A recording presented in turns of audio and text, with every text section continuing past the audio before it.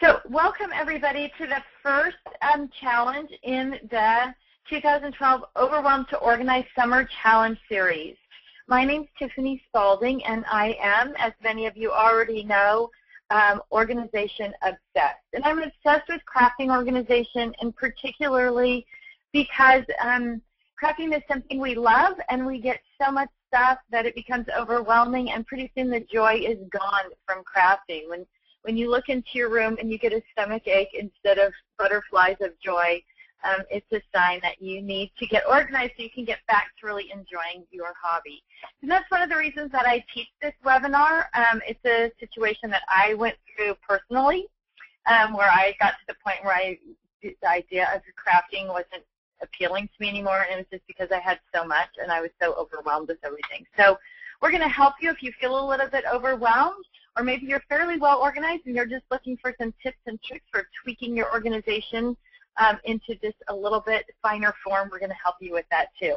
So you won't be able to see me, you can only hear me, but what you should see is my computer screen, and right now there's just an introduction that says 2012 Overwhelmed to Organize. So that's what you should see. You have a little virtual hand. I guess I should do my audio check first. So if you can hear me, go ahead and raise your little virtual hand, and that way I'll know that I'm coming through loud and clear. So perfect. I see hands starting to pop up. Great. Now, I don't actually answer questions through the presentation, but you do have a little question panel.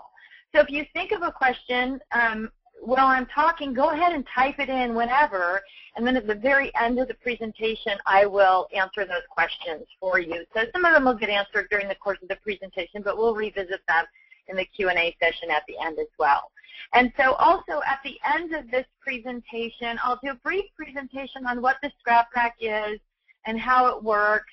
I'm going to talk about it through the series. I promised you didn't sign up for an infomercial about the Scrap Rack. And that's one of the reasons I do the presentation about the Scrap Rack at the very end, so people who already know about it or don't want to know about it or whatever, you can jump off the webinar and go about your day without listening to that portion. But we do usually have a lot of questions about that, so I will hit those all at the end of the presentation. So with that said, let's go ahead and get started. With getting, and our first challenge, number one, is getting ready to get organized. And as we go through this whole series, you will hear me over and over again talking about goal setting and setting yourself up for success. And one of the challenges with anything in life is really preparing yourself to be successful. And so we're going to do that even with this. I know it sounds kind of silly, but you'll see how it all ties together as we go through the series. So the very first thing that we're going to do is set a goal for our success and write it down. So why do you want to be successful, or what does success mean to you? It's going to be different for everybody. But the other really important thing about goals is that they need to be written down, and they need to be visible. You need to see it all the time. So my mantra for the year is goals that are not put to paper are intentions that are seeds without soil. So give your goal a place to grow, write it down, hang it up, make it visible.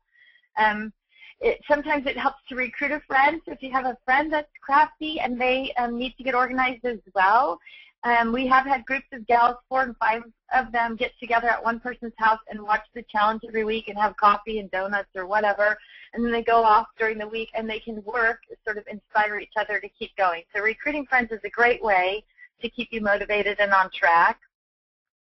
Tell anyone who will listen. Another big part of successful goal making is once you tell people, once you put it out there, then you feel this stronger sense of obligation to actually get it done.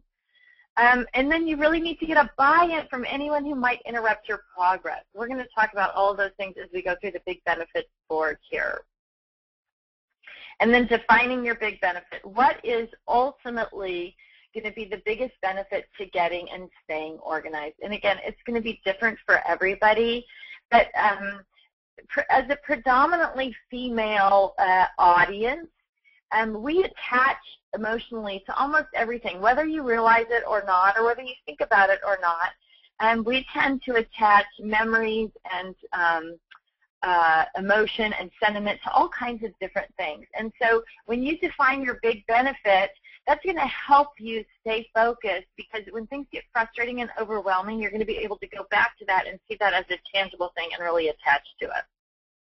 So here's some examples of what a big benefit are. You'll be able to use your crafting time and materials joyfully and without frustration.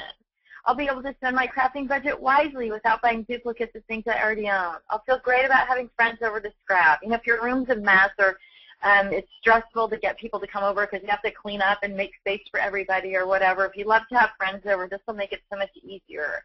I'll be able to go to crafting classes without spending hours getting ready to go. I'll be able to get more done in less time. I'll be able to find my stuff. I'll feel like I have control. Whatever the big benefit is to you at the end of the challenge, this is what you need to define. What is my big benefit? And then in an attempt to stay focused and goal-oriented, I want you to create a big benefits board. And so this is my big benefits board, and I did it on a 12 by 12 piece of paper so I could hang it up.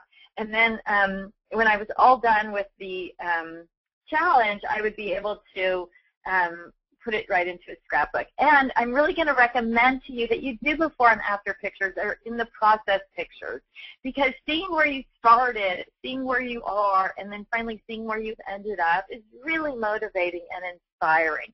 One of the reasons we teach this webinar in small chunks and just little pieces for each sort of component of organization is because if you can just do a little bit and reap that benefit of one little piece of the puzzle, then it's easy to keep going. And I really hope if you are on Facebook or if you are a Facebooker that you'll join the Facebook group, because that group is full of women who are new to the challenge this time and people who've done the challenge before, the alumni. And so there's really a great group of women there who are humorous and inspired and inspiring that will help keep you motivated and also answer particular questions, things that they've been through exactly. So your big benefit board, there's 8 challenges.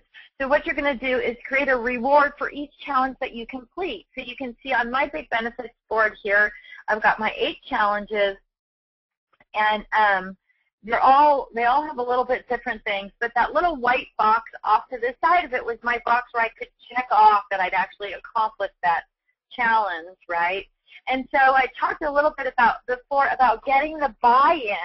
And if you see on my challenge number 1, it says take London out for coffee. And challenge number 2 is have a ping pong and pizza night with Max. So those are my 2 sons, right? Well, it seems like the people in your life, especially children, they don't really need anything from you until you try to do something for yourself. So by including them in my challenge reward, I was able to use that to help inspire them. So to say to London, hey, when I get this done, I'm going to take you out for coffee and cribbage, so give me some time, to get it done, maybe, and then they're more helpful about doing other things. If you could do this for me, then I'll be able to get this done and we can go out for coffee and cribbage. So you have to find things that motivate and inspire family members who might distract you so that they're on board with helping you get and stay organized. So, and then my kids kind of distract each other from distracting me. So there's a benefit to London if Max isn't bothering me, and a benefit to Max if London isn't bothering me, because they're both going to be part of the reward system. So keep that in mind. It's one of the places we often fail when we set goals and we make plans, is that we don't get the buy-in initially from the other people who are going to be involved in the process, or in this degree, not involved in the process. You don't want them to be involved in the process. So keep that in mind as you're setting up your goals, because you really want to be successful. We're going to embark on a huge challenge here that's really a lot of work. Okay, now we're going to lay the groundwork for your organization's system. And what does that mean exactly? It means that by the end of this webinar, you should understand how the 4-section system works and how to apply it to your room or space. You should know what it means to gather all of your slides together. You're going to be so sick of that word gather because it comes up in every webinar. Understand how to write a themes index, your themes index particularly. Understand what it means to purge. Oh, I know some of you get a stomachache just thinking about the word purge, but it's a really important part of being successful with organization. And then understanding the importance of storage tools and space and what that means and how to work with different things. So let's start with step one is, what is the four-section system? The four-section system is a guidepost for where to put things away. It's a map or plan that you can always follow. And this is one of the keys to getting your scrapbooking or crafting supplies organized, because what we tend to do is put things into containers. We containerize them with no real map or plan. We just sort of fill container after container. We might put labels on it. It might go on a shelf or in another box or in a drawer or a cabinet, but there's no real mental path or map to follow. And that's what the four-section system is. So the first section is alphabets, numbers, and punctuation marks. And that section is anything that's alphanumeric and not theme specific. The second section is your themes, A to Z, and it's going to be different for every one of you. We all scrap about some things that are similar and other things that are different, but it's all the things that you scrapbook about organized alphabetically from A to Z. This third section is the calendar year, and that's all the holiday and seasons, again, in order by chronologically.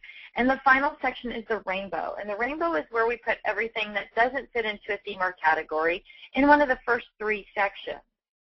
Very, very important, there is no miscellaneous, right? There is no miscellaneous. Everything has a place. Miscellaneous does not exist any longer for you in your craft and hobby supply area. So I'll just go back here for a second. Each of these subjects is going to be defined in your homework, which is to read the four-section system article that's on our website, and you'll get a link to that, so you can just click in and read the article. And that will take you through step by step and answer a lot of the questions that you might have about different things. I will tell you right now, one of the most common questions that comes up is for section 3, the calendar year, and people say, why do I need to have the calendar year? I could put, you know, Christmas under C and winter under W and New Year's under N, and then I don't have to have that whole other section called calendar year. But as we go through the process, the mantra you're going to hear over and over from me is keep things together you would use together. And when you spread things out like winter, Christmas, and New Year's, those are all themes that might work together, where you might have some crossover in paper or stickers or embellishments or whatever. And if they're spread out in that theme section, then it's going to be hard for you to remember that you've got them, and it's going to slow you down when you're packing for a crop or a class. So all of that stuff will evolve through the webinar series. So your themes index, write a themes index and put it into alphabetical order. This is going to be the guide that takes you through organizing all of your supplies, everything starting with paper through stickers and die cuts and embellishments and Cricut cartridges and stamps and punches and whatever you've got. You're going to follow along with this themes index. So it's a pretty important piece. I would recommend that you create it on your computer so that you can rearrange things into alphabetical order pretty easily. Even if you're using like an Excel spreadsheet, and that'll alphabetize things for you, and then you can go in and put spaces between them if you think you might have some stuff that's going to pop up later. And there we go. Here's your mantra. Keep things together I would use together. So this might mean combining categories. So you might have a category in your theme. So let's see my grid here. So here's an example of a themes list. So in this themes list, there's animals, dogs, pets, let's see, horses. So you might be able to take zoo. You might be able to take all of those categories and combine them all under animals, so that when you're actually working with something with animals, they're all in one place. So as you start to evolve your themes list, there may be some things that you're going to combine. Sports is one that is really the perfect one to combine. If your family or you scrapbook about multiple sports, then you're going to want to have a sports section that's maybe subdivided behind the sports tab that is football, basketball, baseball. But things like grass and cleats and whistles and banners that say Go Team and pom-poms and We Love Our Coach and anything like that, those are going to work in a variety of sports. And again, if you have some of them in soccer and some of them in football and some of them in baseball, you're going to miss things that might be used on a football page because they're over with your soccer stuff or vice versa. I'm going to take a little sip of water here. This is kind of like being on the radio. You can't see what I'm doing, so if I fall silent for a minute, I have to tell you, it's a little bit weird. Okay, so that's how the themes list goes. Now, on the Facebook page, Other people have posted their themes list. So if you need ideas about a themes list, you can definitely just go to the Facebook page and click on the docs page. And there's a lot of people to help you on Facebook too. So if what I'm saying to you doesn't make sense, once you get on our Facebook page and in our group, it's the 2011 Get Organized Challenge group. It says 2011 as the group name. I didn't know when I created the group that first of all, that the group would stay around. My intention was to only teach this once, and it's been going now for a year and a half. And second of all, you're not allowed to change the group name on Facebook. So even though it says 2011 Get Organized Challenge, that's the right group. Step 3 in the process is to gather together. So gather the items that are floating around your work area. And they may be piles of leftovers from your last project, shopping bags from the last convention you attended, things tucked away in closets or drawers in the trunk of your car, wherever they are. But try to get everything together in one place, because it'll make it a lot easier when we go through the organization process. Step 4, prepare to purge. Purging your craft area of things you won't use is a huge part of organizing. Purging is going to be different for everybody, both in the types of things that get purged and the quantity of things. But before you can start purging, you have to know what kind of crafter you are. So are you a cutting edge, latest and greatest, only the hippest and coolest stuff crafter? Are you a kind of a classic crafter or a classic scrapbooker like my mother, who mostly uses solid colored backgrounds and then matting pages and very simple embellishments? Are you somewhere in between? So it's important to establish for yourself what kind of crafter you are, so that when you start to purge, it gives you a little bit more motivation and inspiration and guidance. If you know that you're not going to use anything that's more than a year or 2 years old, then it's easy to purge that, because you've already identified, look, I know I'm not going to use this because it isn't hip and cool enough for me. Or if you're kind of a classic scrapbooker, you can be like, yeah, this is the perfect stuff for me. Maybe these things are not right, and you're going to get rid of them based on age or based on quantity or based on style or whatever it is. But you got to decide those things before you start, because like any goal, once you write it down and say, this is what I'm going to do, then it makes it a lot easier to fulfill that. So set a goal for how much you'll purge and when it will leave your home. So how much you'll purge could be, we've had people purge by the pound, purge by the inch. We've had ladies who say, I'm going to purge 1 inch of supplies for every year I've been scrapbooking, or 3 inches of supplies for every year I've been scrapbooking. But it's important to kind of set those goals up. Remember, when you're crafting, you want to be able to put your hands on the things that you'll actually use. You don't want to spend your time digging through products that you're never going to use, but you haven't been motivated to throw away. And I want you to think about purge maybe from a new direction. I have had this friend named Michael, and we were at a movie one time, and it was horrible. And about 20 minutes into the movie, I said, let's go. And he said, what do you mean, let's go? I go, are you enjoying this? And he said, no, it's horrible. And I said, well, let's go. And I got him out of the theater, and he said, I cannot believe you just walked out of that movie. That was $10, Tiffany. You've just wasted $10. And I said to him, so I've wasted $10, and if I stayed there, I would have wasted $10 in 2 hours. I've already wasted the money. Why would I waste the time on top of it? And when you think about purging, right, you've made that investment. The money's been spent, and so it's hard to throw things away because you don't want to be wasteful. But every time you have to dig by that thing, or every container you've bought to store those things you'll never use, and every space in your home or your craft room that's being eaten up and used up by those things that you're never going to use, you're just adding to the waste. So when you're purging, try to think about it from that perspective of, yes, I've already spent the money. Now I'm wasting my time, my energy, my creativity, my space, whatever, on top of it. I'll make it a little bit easier to move those things out. The other thing that will make it easier to move those things out is if you financially, if you donate them somewhere, you can get a tax deduction, so you can recoup some of that money. I've had customers bag their supplies up by the pound and sell them on eBay for $5 a pound or whatever it is. You can recoup some of your money that way. There's garage sales at your local scrapbook store. You can recoup some of the money that way as well. So once you have a plan, what are you going to do with that purge? Donate it or sell it? Then it makes it even easier to get rid of stuff that you're not going to use anyway. So keep that in mind.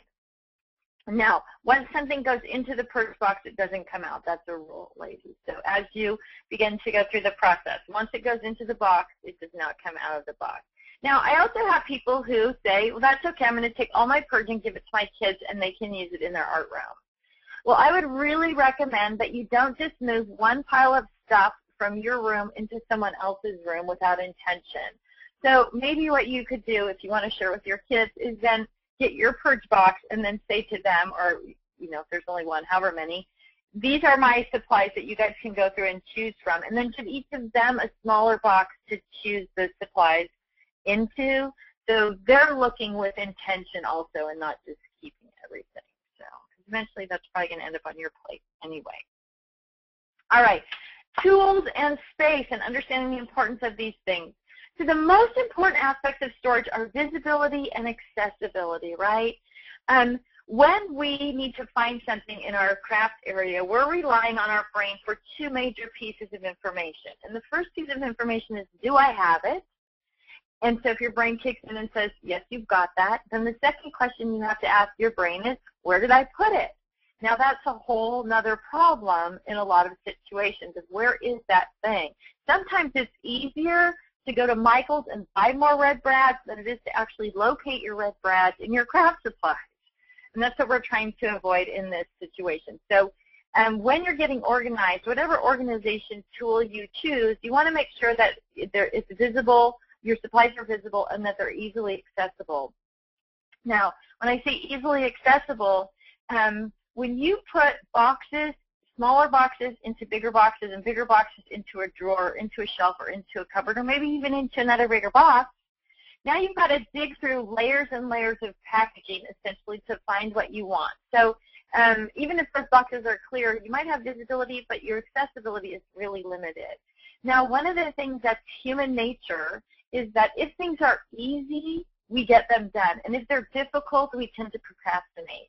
So you want to make it easy to access your supplies, because the easier it is to access them, the more likely you are to actually use them. So the next thing you want to do is put some thought into your space. How will you store things so they are the most visible and accessible? And this could mean removing cupboard doors or adding shelves. If you visit our website, there's a step-by-step of what I did in my scrapbook room at the office that kind of shows pictures of the room, but also talks about why I did things the way that I did. And I was really focused on keeping things visible and accessible and within reach from the space that I was working with. So if that's something that you want to research a little bit more, I'll make sure that you get a link to that article. Let me just write that down on my notes here. At the end of the webinar, I guess I didn't talk about this in the very beginning, so I'll kind of interrupt at the moment. At the end of the webinar, you're going to get, or later in the day, you're going to get a follow-up email from me that kind of highlights the different things that we talked about. And so anything I said, there'll be a link, there'll be a link, there'll be a link. It'll just be in that email. So if you're not taking notes, or you don't feel like you're taking notes fast enough, don't worry about it. You'll get everything in an email from me with links that you can just click on. We also are recording this session, so the recorded version is going to be posted on the website, and it'll stay on the website through the whole series. So you can go back and watch it whenever you want. We also have made some of the challenges available for purchase for, I think they're $1.99. They're a little MP4, so you can buy them on the website if you want to download them onto something else so you have them if you're going on a road trip, or you want to watch it in your car while you're waiting for soccer practice to get over, or whatever. So they're available in a couple of different formats, depending on what your needs are. And then also the PDF for the presentation will be available for you to download as well. So if you want more information later, or you want to save things for yourself later, all of it is going to be available on the website, and you're going to get a follow-up email later in the day today or first thing tomorrow morning that actually will take you through everything and give you all the details, so you don't have to worry too much about finding it. Okay, So put some thought into your space. How will you store things so they are most visible and accessible? And this could mean removing cupboard doors and shelves. I already said that, I guess. And then what tools are you going to use? So we're going to talk a little about the scrap rack, but you can also use binders or file folders or large Ziploc type bags. There may be some containers that you already own that just by relabeling and reorganizing those containers, they're going to work fine. We'll talk about and I'll show examples of a variety of different storage tools as we go through this series. So not only will you hear about this scrap rack, but you'll hear about things that you might already have in your scrapbook room as well. So this week's challenge. So every week you're going to get a challenge. This is essentially your homework assignment for the week. So this week's challenge is to use some of your craft supplies to create a big benefits reminder and a reward list for each of the, this says 5 challenges you will complete, but it's 8 challenges that you will complete. So you need 8 rewards.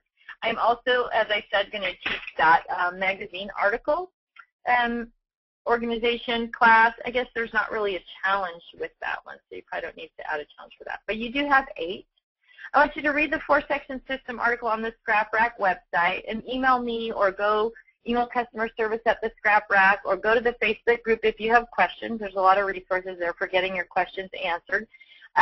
I leave for the Scrapbook Show in Orlando tomorrow, which always puts me a little bit behind answering email, but customer service at the Scrap Rack is Joanna, and she's pretty fast about getting back to you. And when you ask a question on Facebook, the responses are really fast. There's a lot of gals involved there. So you're going to create your themes list. You're going to gather all your supplies together in one room or space. Set your purge goals. Get a purge box. Find a home for your purge. Where will you send it, sell it, take it, whatever. Evaluate your space for visibility and accessibility. Make changes and prepare the space for your supplies. So there may be some very obvious things that you want to take care of right away this week to kind of get yourself ready.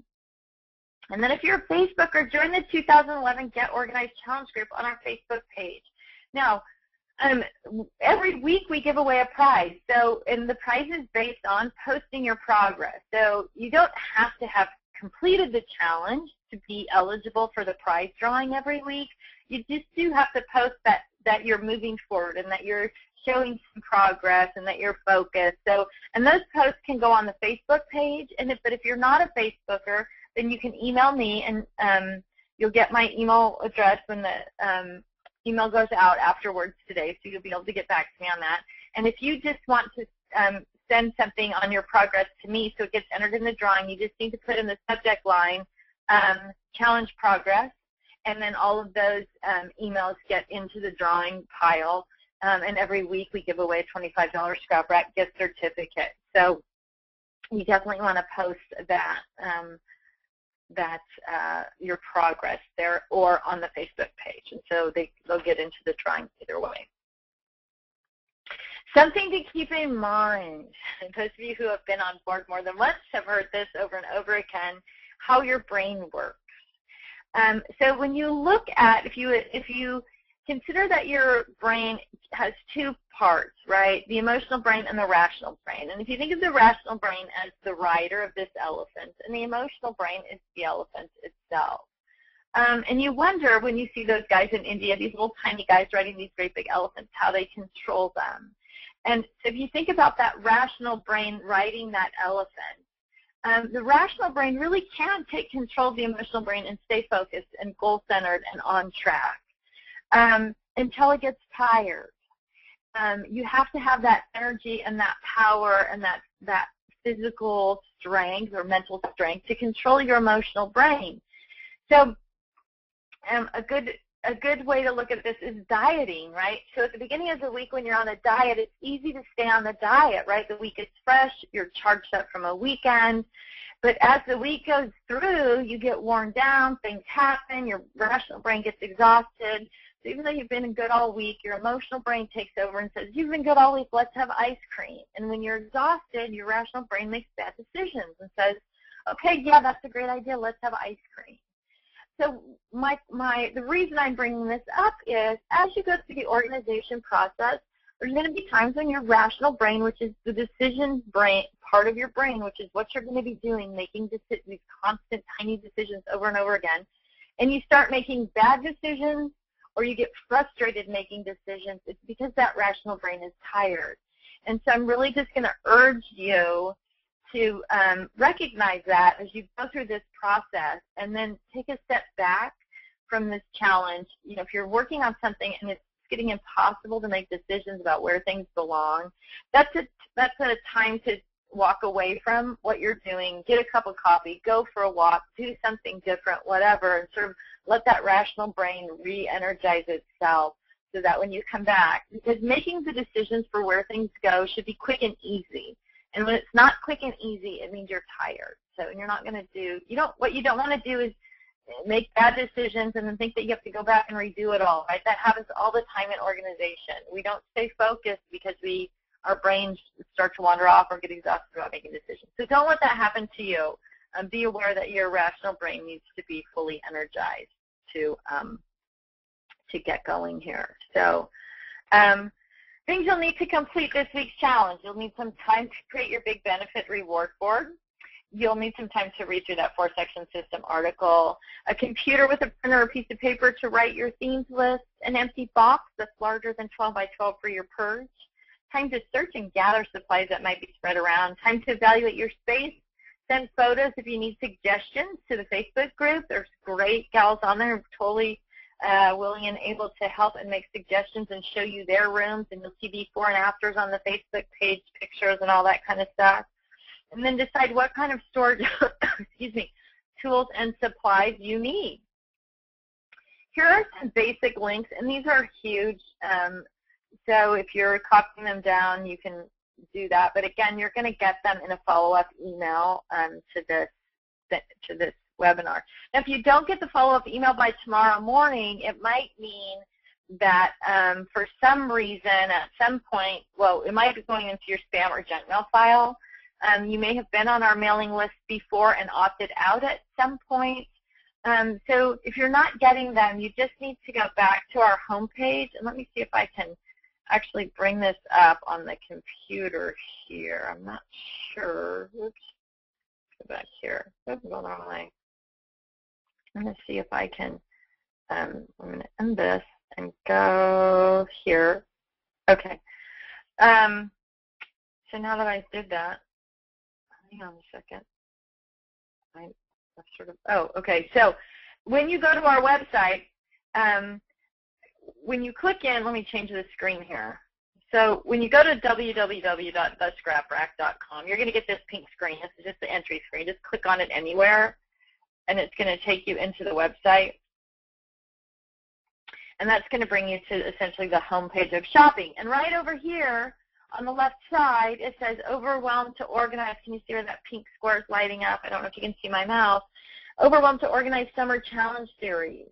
And so if you click on that, that is where you're going to find everything about the challenge series.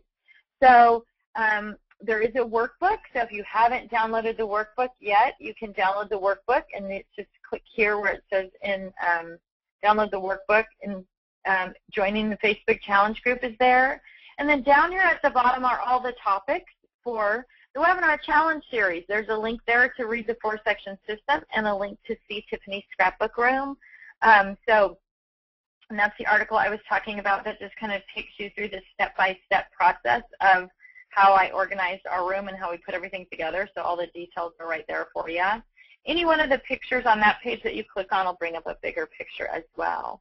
So this is where you're going to find all the information, and the article, the PDFs for the presentation will be posted right here on this page as well. So under each of these bold headings with the date, the video posting will be there once it's downloaded, and there will also be a link to the PDFs there. So this is the page where you can find everything that's going on and all the links to different things that are going to be happening with the Overwhelmed to Organize Summer Challenge Series. And it's just right there on the main page once you click into our website. So then there's also the button at the top, Purchase Video and Audio Downloads. So if you wanted to buy a copy of this to have on your phone or your iPad or whatever, that's where you would do it. The shopping tab is going to take you through all the different products that we offer, and the Learn tab is going to be where other articles and information are posted on the website. So when you go into the Learn tab, there's a whole bunch of different choices for things that you can read there on that page. Also over here on the left side is a tab that says Project Organization. And Project Organization is something that we're constantly adding to, and it's little tiny projects, so it literally takes things like this, Lesson 7, Lesson 8, Lesson 9 are one webinar series, but it breaks them down to even smaller articles right here. So if you're looking for even smaller steps, there's a lot of reference and information on the website there that you can get to and see the different things that we offer. So you don't need to worry about these links so much if you're able to go to the website and you can actually view from there. So I'm going to let me see if I can find my control panel here. I'm going to answer questions now, and then I will go through what is the Scrap Rack. So, or actually, I'll do what is the Scrap Rack first, so you know, and then if you have questions about that, you can do that. So just quickly, so if you haven't ever seen a Scrap Rack comes in this little white box here that says a Scrap Rack Multicraft, and it is a metal base unit that sits at a 45-degree angle on your desktop. It comes with 7 3-ring sections. We call them spinders. That's a combination of the word binder and spine. And what that does is allow you to literally have 7 notebooks worth of stuff out and at your fingertips in one very small space. So a binder is a standard 3-ring configuration. Each binder holds 20 to 30 pages, depending on how fully loaded you have those pages. And a single base unit is going to accommodate 7 to 9 binders. It comes with 7, but we have people cram 9 on there all the time. The locking tabs at either end of the binder are going to keep those rings locked so pages don't slip out through the center. We do offer a variety of basic storage pages, and these are made of a food-grade plastic, so they're lightweight but really durable. And the design idea behind that was scrapbook supplies are heavy. I mean, paper doesn't seem like it's heavy until you start stacking it up, right? So we tried to make our pages out of the lightest weight plastic possible that was still really durable. And so we've been in business since 2003, and I can honestly say I've never replaced a page for anyone unless it was a manufacturer's defect. No one's ever worn out one of our pages. Now, when they're made, we've had problems where they're, you know, the holes get punched off the edge or whatever. But in terms of being able to wear one out, even though they're lightweight, they're super durable. Each pocket has a little flap, and that flap is helpful to hold products in the pocket. It can also be tucked behind the pocket so that it's easy to pull things in and out if you're working on them at home. And these come in packs of 10 in the individual page design. We also offer some variety packs where you get 5 of each or 10 of each of the page designs. Now, we do have brand new page designs, 3 of them, coming next month. So, and they are going to be some long 3 of page, like the double extra long, which is the second one over. It'll have 3 pockets. It's called the triple play. We have one that's got 4 5x7 pockets on it, and then another one that's 8 smaller pockets for embellishment. The dividers work great to add support and protection, as well as doing their obvious job of making things very visible and easy to get to. They're larger than our storage pages, which so they're actually larger than 13 by 13, the storage page size. That's another thing about our pages. They're bigger than 12 by 12. So that if you're putting something in the pocket that is 12 by 12, you don't have to fight to get it in there. The interior pocket size is 12.5 by 12.5. The dividers are bigger still than the pages, which adds that protection to the edges and corners, and also it helps with the stability. So they come in packs of 5 and 15. We do offer 3 specialty pages. We have 2 new specialty pages coming in June as well.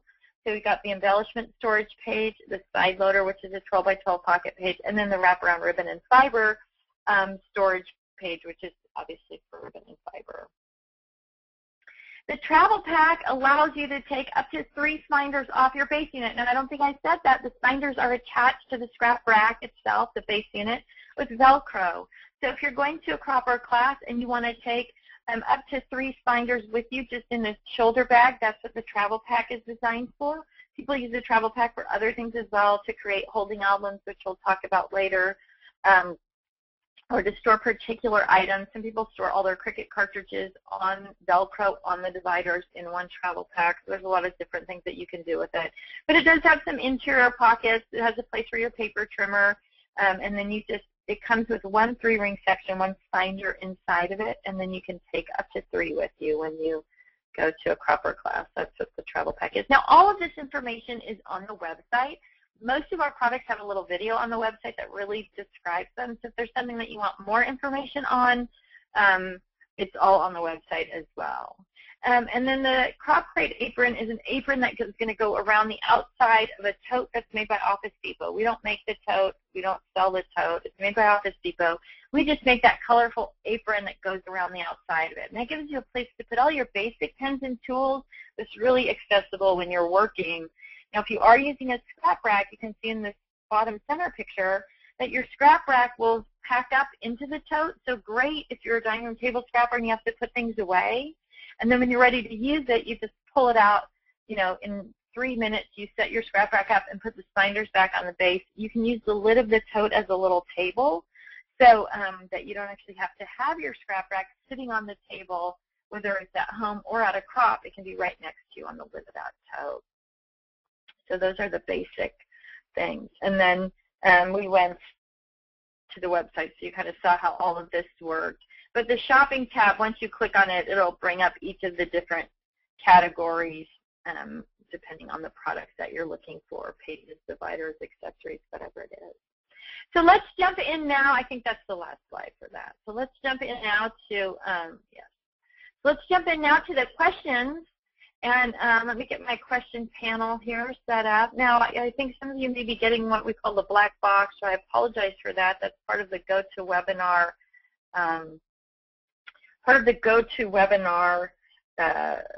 program, and they're working to fix it, so I'm sorry about that. So let's see.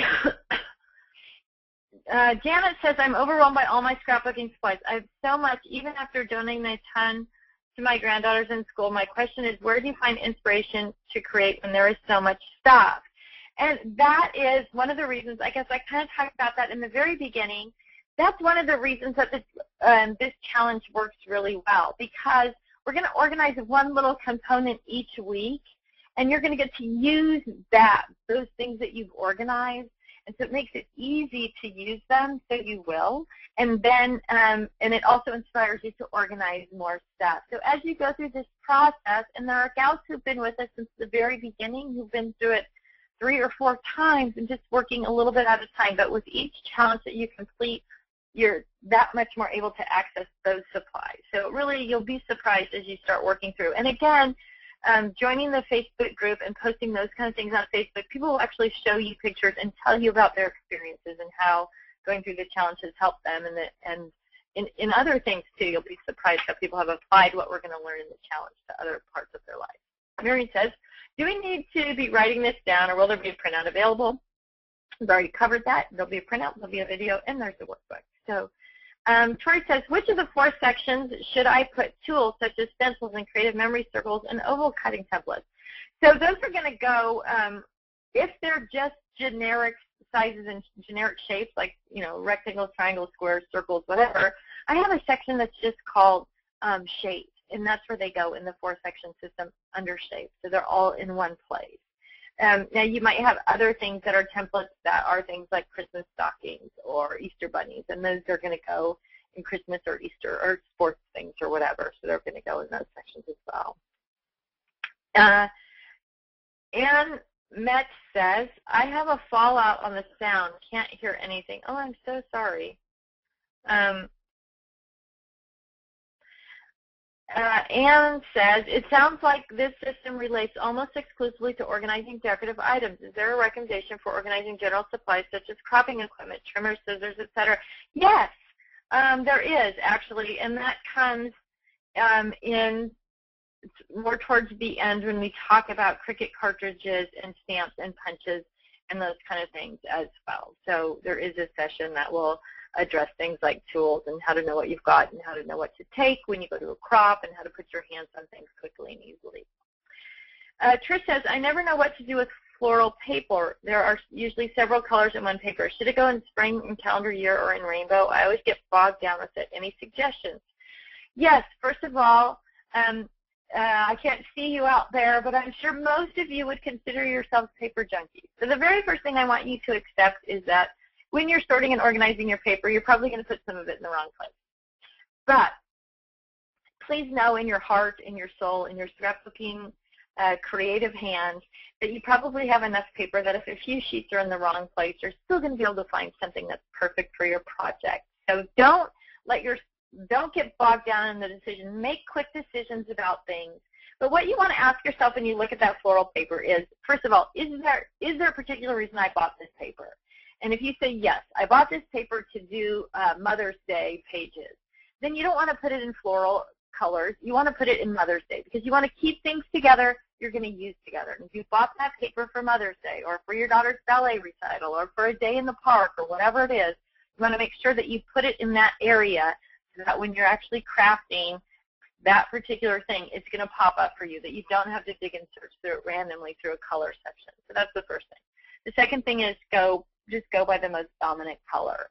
The third thing is if there isn't a dominant color for you, start a section at the back of your rainbow section that's called rainbow, which is something that I have, where things that have lots of colors and they're just grouped together by stripes and prints and dots and plaids and florals. So, and we'll talk in depth about paper next week because next week the subject is paper organization. But those tips should help you get started. Bella says, I missed part of the webinar and wanted to make notes. Can I view it again? Yes, it'll be posted on the website. Denise says, I'm a mad crafter. I craft anything and everything that I get my paws into. So I think, Desiree, you can use many of the strategies that we're going to talk about, particularly that are targeted toward paper crafting in all kinds of crafts. So once you get into the webinar, you're going to see all these different ways to apply it to different craft supplies. Yar says, hi, Tiffany. Here we are again for our second round. I'm wondering if you will have the seminar at noon today on books and magazines. I have not gotten an invite for it today. Yes, it's supposed to start at noon, so check your email on that one, Yar, and I will. If you don't get it, email me, and I'll see if I can't get you a link to it. So all the links are going to come out. Bella says, this is so good. The only thing I don't plan to do is purge. I'm just getting started, so I don't want to purge. You don't have to purge. But you know what I would strongly suggest, even if you're new, and Bella, I'm sure I echo the sentiments of everybody. If you're just getting started, you have chosen an excellent thing to participate in because most of us go years of collecting and piling and stashing and hoarding and sorting all their different things without any rhyme or reason. So getting started with a good organization system, you're going to be light years ahead of the rest of us. So way to go. You've made an excellent choice to join us if you're just getting started.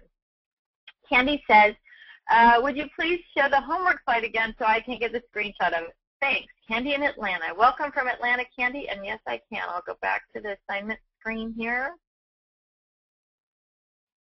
This week's challenge. I don't know if you can see. I have a big question panel over that. I know you guys don't see my question panel. I don't think so. Okay. Oops. My question panel is misbehaving here. Okay. Hello, Tiffany. In updating my iPhone yesterday, I somehow got banned from the 2011 Get Organized page. Don't know why. Can you allow me back on? I sent you a Facebook message last night and this morning. Yes, I think if you can email Joanna, or Joanna's on board with us. Desiree Hess has been banned from the Get Organized Challenge page on the website. So if you email Joanna at customer service, or she may have seen to the message on Facebook, but we'll definitely let you back in, Desiree. Technology is a wonderful thing when it works, and so frustrating when it does things you don't expect. Debbie asks, how much does the scrap rack weigh empty? An empty scrap rack weighs about 11 pounds with the wings and 7 spinders on it. How wide is the scrap rack? Trying to figure out how much space I would use on a tabletop to use it. It's actually tiny for what you put into it. It's 13 inches deep and 15 inches long, and that's the base unit itself. So you could literally set it on a TV tray.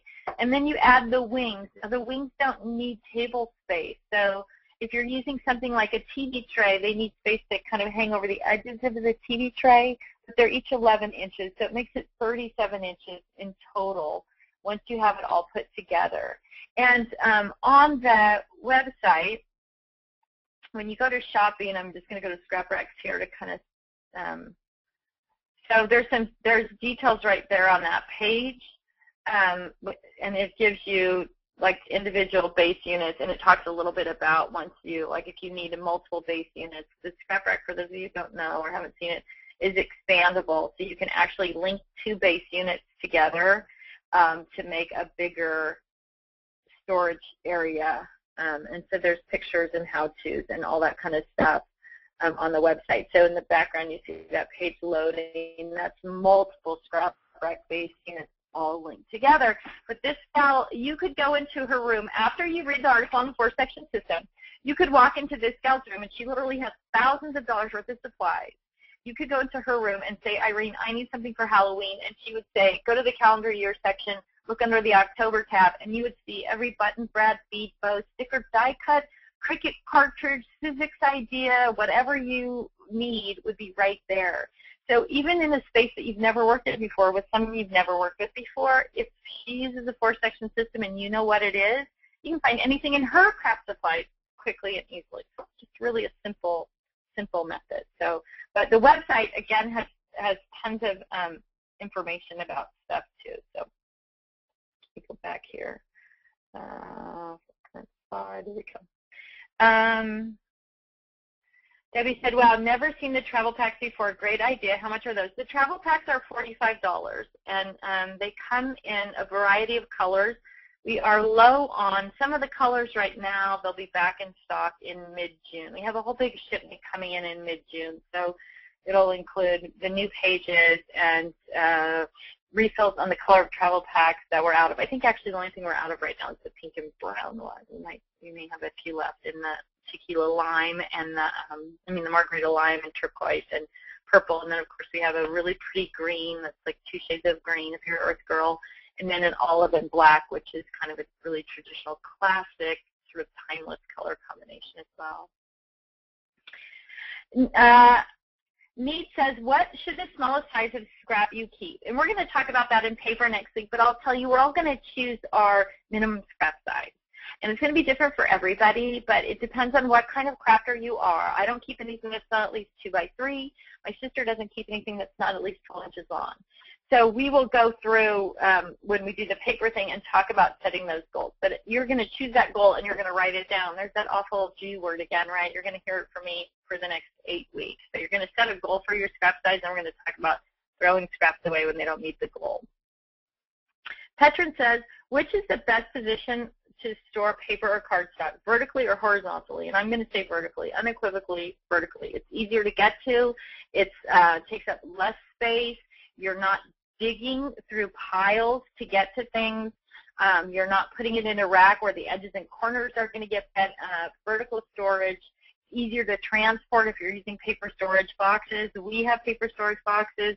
Joanne has paper storage boxes. Cropper Hopper has paper storage boxes. But if you're going to crop and you're working on Christmas and you're a paper junkie, you can take your whole Christmas box and put it in your tote. You haven't spent any time. You haven't done any damage. You have nothing. It's so simple. So we'll, again, talk about that next week in paper, but I'm going to say hands down vertical is the way to go. Karen says, I am just so happy to have this as an hour that I have no one bothering me. Mornings are great. Well, I'm so glad that you're here with us, Karen. Alicia says, my problem is I am in an apartment and everything is all over my bedroom and closet. At the risk of sounding like a hardcore salesperson, Alicia, you really should get on the Scrap Rack website and look at what the Scrap Rack does, because it was designed for people who don't have scrapbook rooms initially, and then it evolved. Like when we first came out with it, we didn't think that people were going to link 4, 5, 6 base units together and put everything from a room. Like literally that picture of the multiple base units is an entire room worth of scrapbooking supplies, a 1,500 square foot basement. When she moved, she had to condense everything down into that scrap rack with multiple base units. It was designed because as a dining room table scrapper, I had to put my things away and take them out every time. And so we're going to go through the challenge here and show you how to do that, no matter whether you have a tote, a closet, or an entire we have clients, I guess, that have multiple 2 scrapbooking rooms. But so all of the tips and tricks and strategies that you're going to learn are going to work in your room. But you really should watch some of the videos on the website about the scrap rack, because it allows you to compact all your stuff down, put it in that tote in the closet, and yet when you want to scrap, you can pull it out and set it up really quickly and easily. So I'd really recommend that. I'm sorry, I try not to be an infomercial when I'm doing this, but it's so perfect for people in a small space. Sharon said, this is my 3rd time to the challenge. I was doing really well with a lot of challenges, but I did not get my scrap rack until after Manchester CKC. This is Sharon. Hi, Sharon McDonald. I helped at the booth. Yes, Sharon helped us at our booth in Manchester and just did an awesome job. I'm so glad that you're popping up here. So I'm trying again. Now that I have the scrap rack, do you do the alpha section with just generic lettering and sort colored stickers in the rainbow? No. That's going to come up again as a question when we do, I think, the 3rd challenge. But no, you don't want to sort your stickers, even like if you have a sheet of red alphabet stickers, you don't want to put them in red and put your blues in blue. And the reason is once you start separating those alphabets out, then you have to rely on your brain for 2 major pieces of information. Do I have it and where did I put it?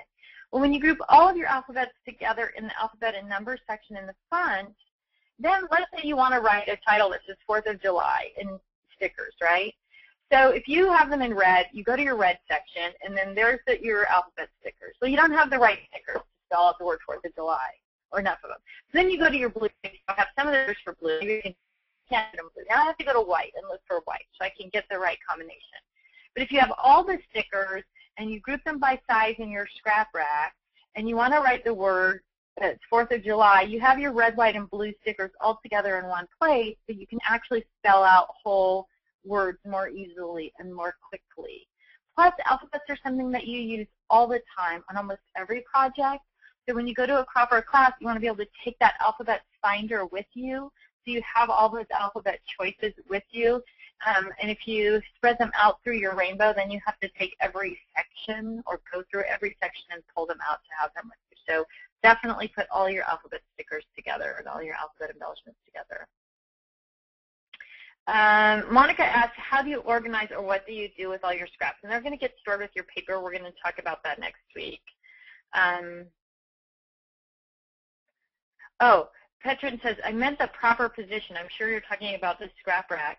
So I think you're talking about the scrap rack. See, this is on the top. Sometimes people stack, so they set it up using the metal back of it as a base, and it works fine that way for a while, but then it gets too heavy and it tips over. So just make sure the 4 rubber feet are on the desktop. Barbara says, can you post before and after pictures that says from this, all the stuff we have everywhere, to this, which shows everything how organized in the scrap rack? I just feel that the scrap rack takes up a lot of horizontal space, which I don't have room for.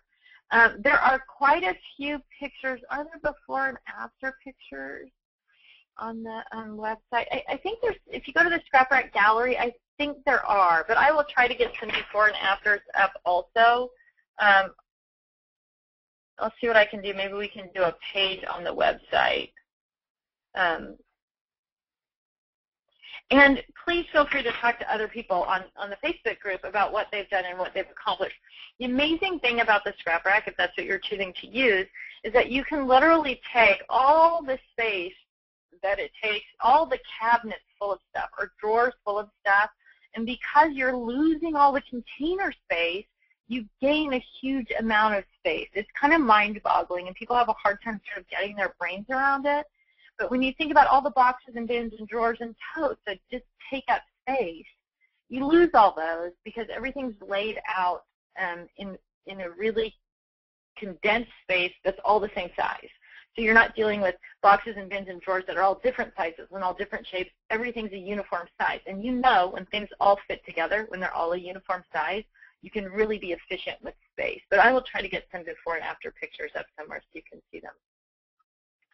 Sandra says, I am still overwhelmed. I have my craft room that is bulging with stuff. Then I have overflowed my guest room and some of the stuff in the garage.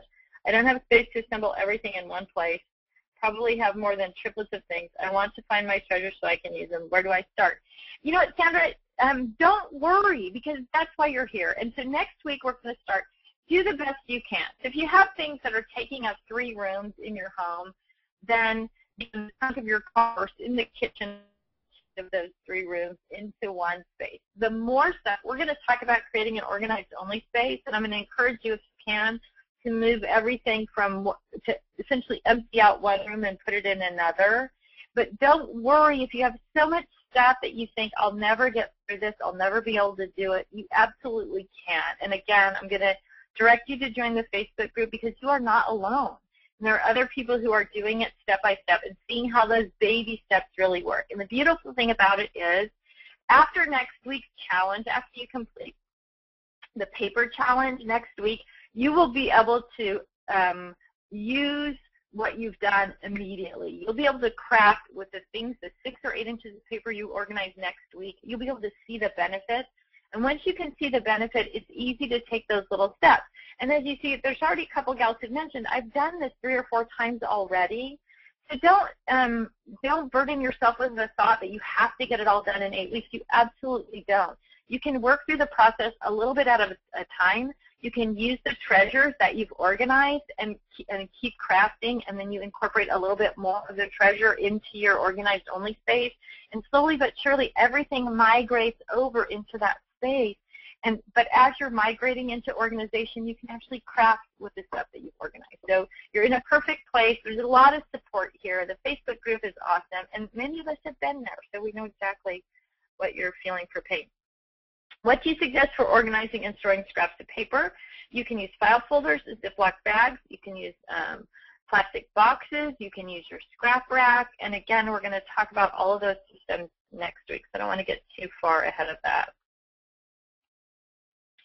I do a lot of different crafts like origami and cards. Can these things fit into the system?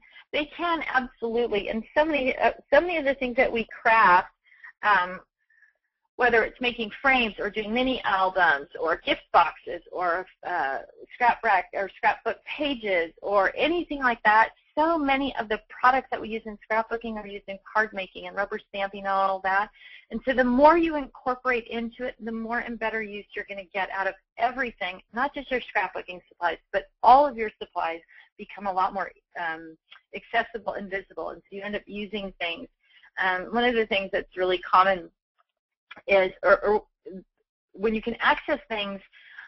Let's say, for example, it's a birthday at your house. It's your husband's birthday, right? Well, if your stuff is buried in the room, you're probably not going to go in, grab a birthday rub-on, and rub it onto his coffee cup in the morning that says happy birthday, or on Valentine's Day, I love you, or put a sticker on somebody's lunch bag, or decorate a little gift tag for a bottle of wine you're taking to a dinner party. But once your stuff is organized and accessible, you're able to use the things that you have for these little tiny spur-of-the-moment projects because you can put your hands on it quickly and easily. So not only will you do more of like major crafting, but you'll also be able to use your crafting supplies just kind of in your daily life because they're accessible and really easy to get to.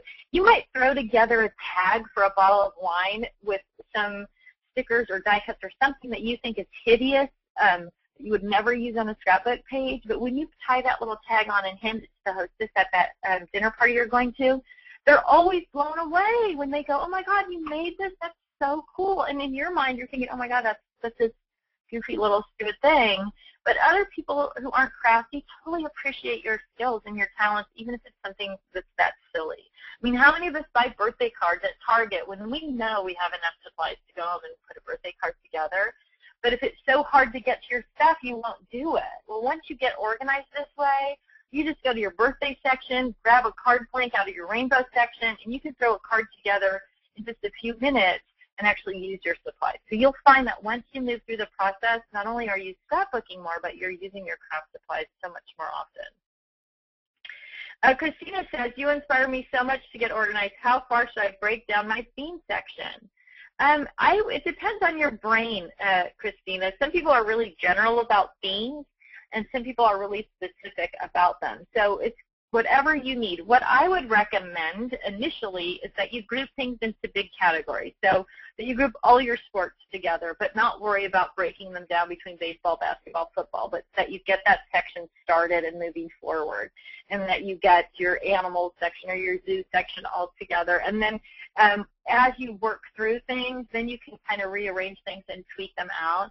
But by putting them into big groups to start with, then you can actually craft and get to those things quickly and easily, and then you can kind of tweak it down and define it. And some of us are really broad, and some of us are really detailed, and so you need to work within your comfort zone or what works for you. So thank you. Thank you for the nice compliment.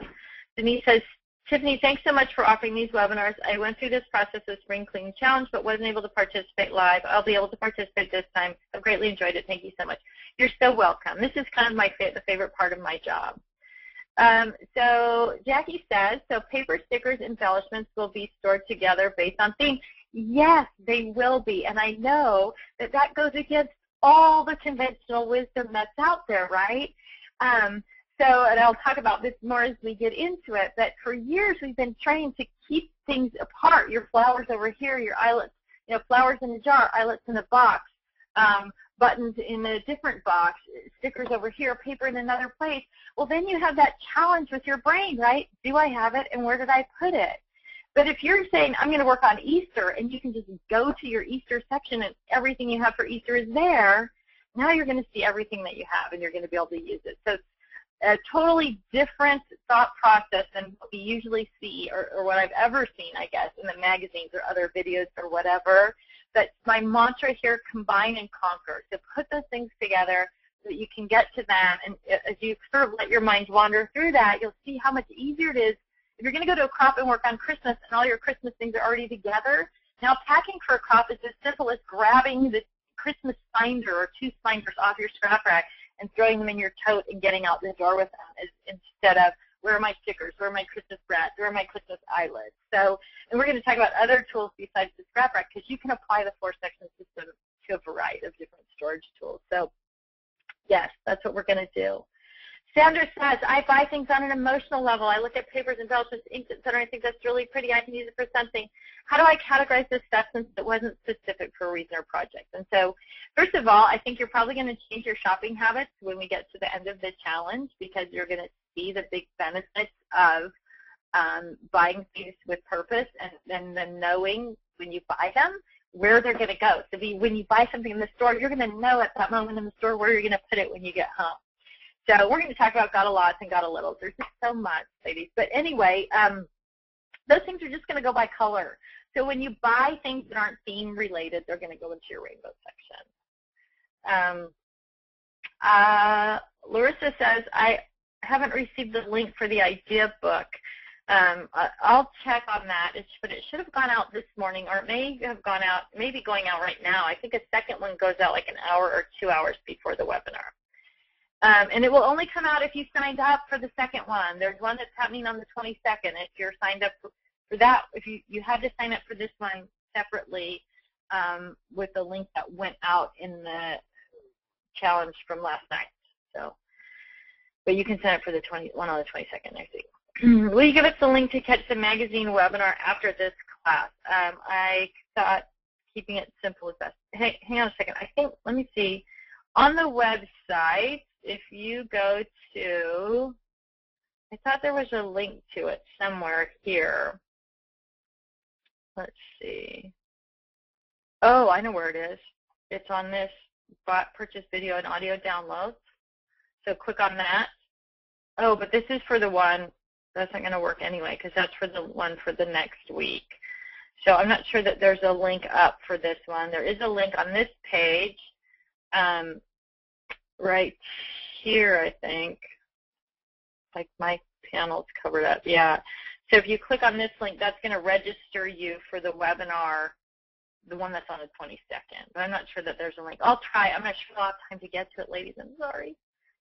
Okay. Let me finish with the question panel here.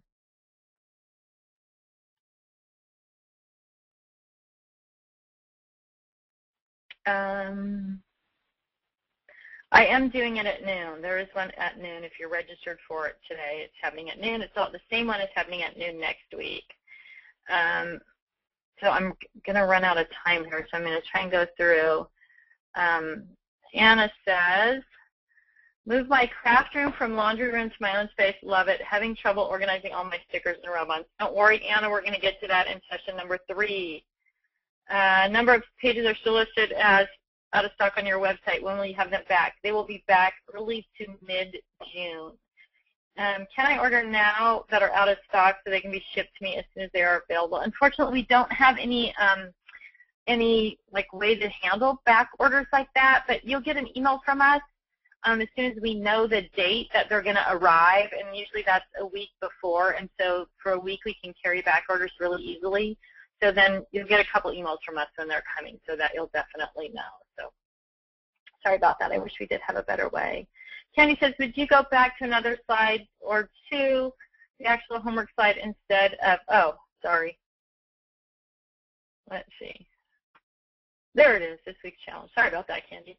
Do you store your paper in the scrap rack? I do. I actually use some paper storage boxes, and but mostly in the scrap rack. The things that are at your fingertips are the things that you're going to use. So the easier you can get to them, the more likely you are to use them. I am not a huge paper junkie, though, so it's easy for me to store in the scrap rack, but we're going to talk about that next week, too, and how to use both the scrap rack or the paper storage boxes or other things and paper storage boxes together if you're a paper storage junkie. Anne says, do you ship to Europe? Yes, we do. So if you place your order for Europe, again, I would wait until June when we have everything in stock so you can see all your choices. Once you place your order, then Karen's going to box and weigh your order,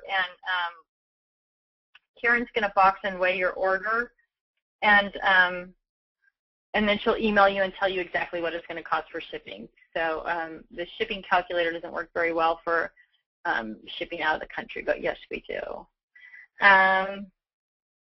Let's see. One of my goals this time around is to keep my work table clear. Yay! At all times. Just doing that, I think, will get me more focused on the areas as we go. Absolutely. That was from Desiree. I'm sorry. I tried to save some of the same. And again, if keeping your work table is clear is something that you want to do, one of the reasons I set up my scrapbook room the way I did is because I like to work on a clean surface. So all these tricks for how to bring things quickly and easily to your workspace and then take it off your table are all there in that article as well. Jackie says, I have scrapbook stuff in my apartment in a storage shed and also at my place in Mexico. I may have to go through this procedure 3 times. Yes, but you'll be a master at it, Jackie. Christina says, I need my living room back. I brought out half of my craft in an attempt to get ready for this challenge. Well, we are going to take you through the paces on the challenge, Christina, and you will get your living room back. How do I get the video? It's going to be posted on the website, or if you want to buy it and have it like on your phone or something, you can download it from the purchase downloads page on the website. Kristen says, I need to keep my Stampin' Up! Supplies separate from all my other stuff. Any thoughts? Yes, and I don't have time to get into all of the details, especially for like individual sorting. I put that question on the Facebook page because we've had that challenge come up a lot, and there's a couple of great ideas for how to do that. Christine says, I can't wait for you to come back to Manchester next year, and thank you in person. You are so welcome, and I loved Manchester, and hopefully next year I'm going to get to come a few days early and actually see something while we're there. This sounds expensive. What is the ballpoint cost? Well, the webinar series is free, and the price of the scrap rack varies from about $150 on up from there. But you don't have to have a scrap rack. That's the beautiful thing about the challenge series is that we're going to talk about all different kinds of tools for storing and organizing. And one of the nice things about the challenge is you kind of get to give the scrap rack concept a test drive. So you can really see how it works, and you can see how it's worked for other people, and you can start sorting and organizing your supplies, and then you can think, boy, if I had a scrap rack, this would be easier. Or this works fine for me. I don't need a scrap rack. But so you get the concept that we use with scrap rack storage without actually having to make the investment. Now, some people know already that that's what they need to do, and then you can just jump right in and do it. But one of the nice things about doing this challenge is you get all the concepts, and then you can say, okay, this is going to be worth the investment. And it is an investment, and so making that decision is important. Joanne says, I want to have video access, not just audio, please. So I'm not sure. Hopefully you're seeing the pictures on the screen. And you'll see the video also on the website, or it's the same video though. Gar says, I found the link for the book Organization Today at noon in the Facebook group. Perfect.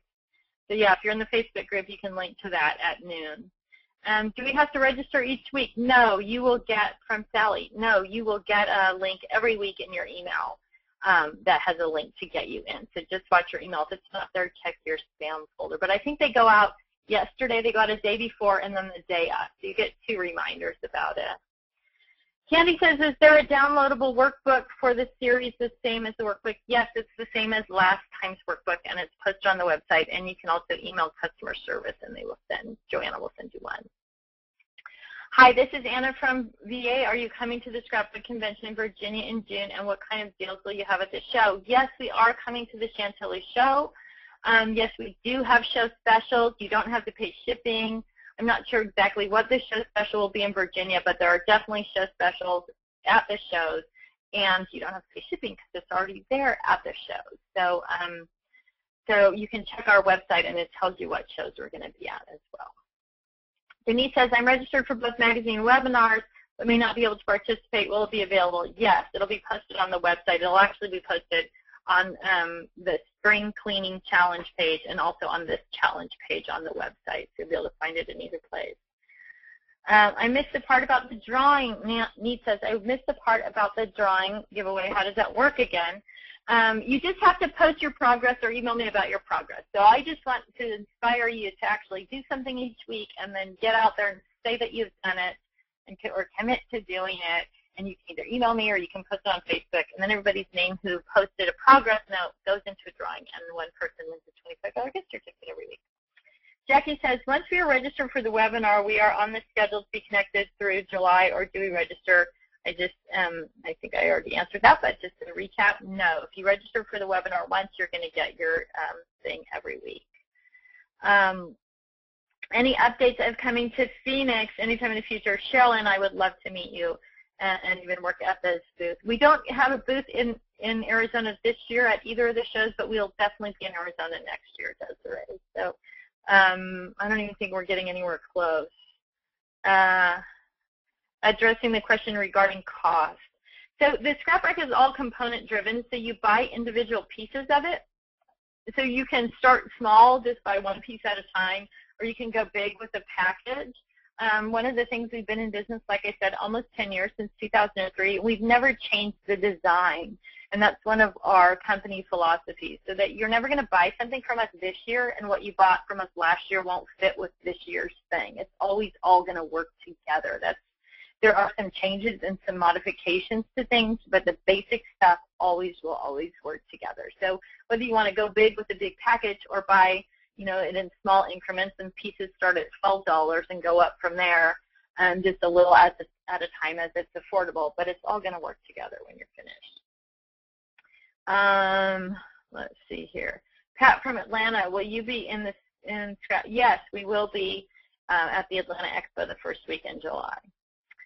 Lori says, about the question regarding cost, I've purchased binders on sale and page protectors on sale and use these just in the scrap rack. So absolutely. Anything that's a standard 3-hole punch is going to work, the same concept. So Denise says, any future plans to come to Houston or San Antonio? We aren't doing Houston or San Antonio this year. I'm sorry, I'm kind of blowing through these questions really quickly, but I'm going to be out of time here in about 3 minutes.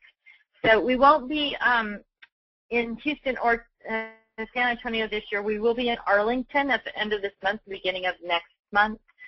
Love the San Antonio area. I haven't been to Houston. Joanna is from Houston area, so we may do Houston next year instead of Arlington, but this year we're not on the Houston schedule, so sorry about that. We'd love to go everywhere, but there's just so many different, there's 40 different shows every year, so we have to kind of choose. When my children go off to college, we'll do more shows, and I don't have to worry about getting them to sporting events and school and homework and all that good stuff. So, all right, ladies, so that concludes all the questions for today. This video, the recording of it usually goes up a couple of hours later. It takes a while to process the video. but it'll be posted on that page on the website. Late in the day today or early tomorrow, you will get an email from me with all the different links and things that we talked about, and even a link to that page on the website. So if you don't see that, you might want to go onto our website. I guess I started out with that. When you get to our homepage on the website, if you're not receiving email from us, it could be that at some point in your scrapbooking career you've opted out of our email list. So you just want to go to this. This is just the home page here that you click into from the pink page. Just click on the Join Our Mailing List tab, and it'll bring up a box where you can actually join the mailing list. And if you're on the list and at some point had opted out, you'll get a thing that says your email subscription has been updated. If you're not on the list, you'll get a thing that says please confirm your email address, and then you just, that's to keep us from spamming you. So we have that double opt-in situation there. So you just need to reply and then save the email address tspalding@thescraprack or customerservice@thescraprack.com as a verified sender or whatever, so that we can do that. So that those emails will get through to you.